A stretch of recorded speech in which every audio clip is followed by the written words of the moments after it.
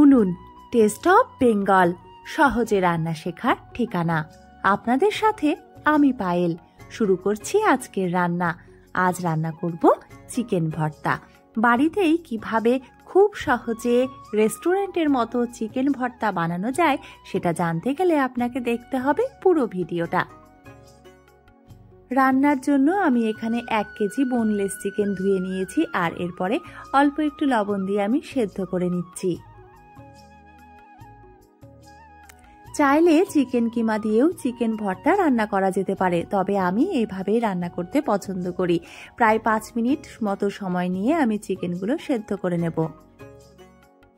মশলায় আমি 5-6টা কাজু বাদাম, 1.5 টেবিল চামচ পোস্ত আর 3 টেবিল চামচ চার মগজ বেটে নিচ্ছি। প্রথমে জল ছাড়া একটু পিষে নিলাম, এতে করে মশলাটা মসৃণ হবে।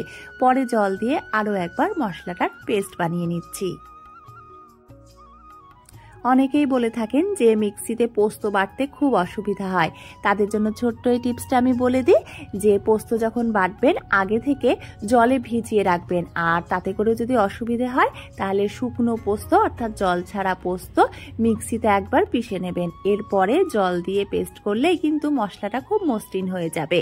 আর পোস্ত, চার মগজ, কাজু বাদাম বেটে নেওয়ার পর আমি এখানে 15 গ্রাম আদা, 5-6টা কাঁচা লঙ্কা আর 2টো রসুন বেটে নিয়েছি। এবারে চিকেন সেদ্ধ হয়ে গেছে। চিকেন সেদ্ধ করার পরে এই জলটা আমি ফেলবো না, কারণ রান্নায় এই জলটাই ব্যবহার করব। আর সেদ্ধ চিকেন এইভাবে কাঁটা চামচ বা আঙুলের সাহায্যে আমি ছোট ছোট করে কেটে নেব। চিকেন কত ভালোভাবে সেদ্ধ হয়েছে আপনারা সেটা দেখে বুঝতেই পারছেন। এই 1 কেজি পরিমাণ চিকেন ভর্তা বানানোর জন্য আমি এখানে মাঝারি সাইজের 7টা পেঁয়াজও কিন্তু বেটে নিয়েছি। সব চিকেন এইভাবে ছোট ছোট করে আমার ছাড়ানো হয়ে গেছে। আর এরপরে আমি গ্যাস জ্বালিয়ে কড়াই গরম করতে দিয়েছি। কড়াই গরম হলে আমি এখানে 1 কাপ রিফাইন তেল দিয়ে দিলাম। তেল গরম হলে আমি এখানে ফোড়নে দিয়ে দিলাম শুধু তেজপাতা, আর তারপর দিয়ে দিচ্ছি পরিমাণ মতন লবণ। এবারে বেটে রাখা পেঁয়াজ আমি ভেজে নেব 1.5 থেকে 2 মিনিট।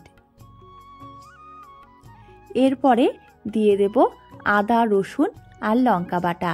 চিকেন ভর্তা খুব একটা ঝাল খেতে ভালো লাগে না, তাই আমি লঙ্কার পরিমাণটা কমই দিয়েছি। তবে আপনারা চাইলে লঙ্কার পরিমাণ আপনাদের স্বাদ অনুযায়ী কমিয়ে বাড়িয়ে নিতেই পারেন। দিয়ে দিলাম এখানে আমি 3 টেবিল চামচ টমেটো সস।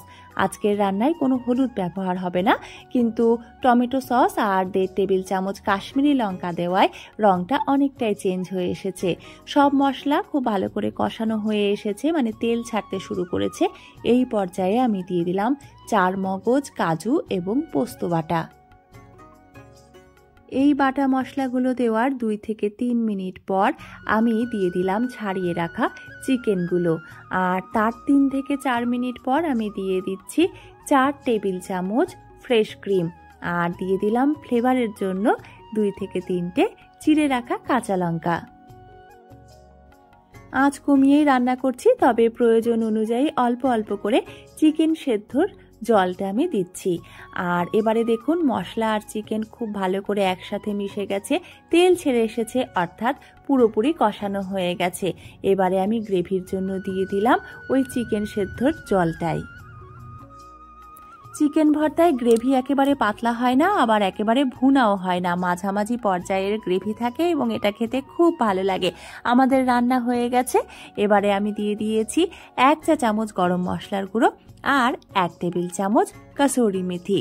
এবারে আমি দিয়ে দিচ্ছি একটা ডিম সেদ্ধ। এই ডিম সেদ্ধটা আমি গ্রেট করে নিচ্ছি, এতে করে চিকেন ভর্তার স্বাদ বেড়ে যায় অনেকখানি। রেডি হয়ে গেছে আমাদের আজকের চিকেন ভর্তা। একেবারে দেখতেও রেস্টুরেন্টের মতো হয়েছে, খেতেও রেস্টুরেন্টের মতো হয়েছে। আর এটা আরেকটু সুন্দর দেখানোর জন্য আমি উপর থেকে ছড়িয়ে দিয়েছি আরেকটু কাসুরি মেথি আর সেদ্ধ করে রাখা আরেকটা ডিম। আর হ্যাঁ, স্বাদ বাড়ানোর জন্য কিন্তু চিকেন ভর্তায় আমি দিয়েছিলাম 1/2 টেবিল চামচ চিনি। এটা বলতে আমার খেয়াল ছিল না। আপনারা এতক্ষণ দেখছিলেন উনুন টেস্ট অফ বেঙ্গল। আজ এই পর্যন্তই। দেখা হচ্ছে পরবর্তীতে অন্য কোনো সহজ রান্নার সাথে।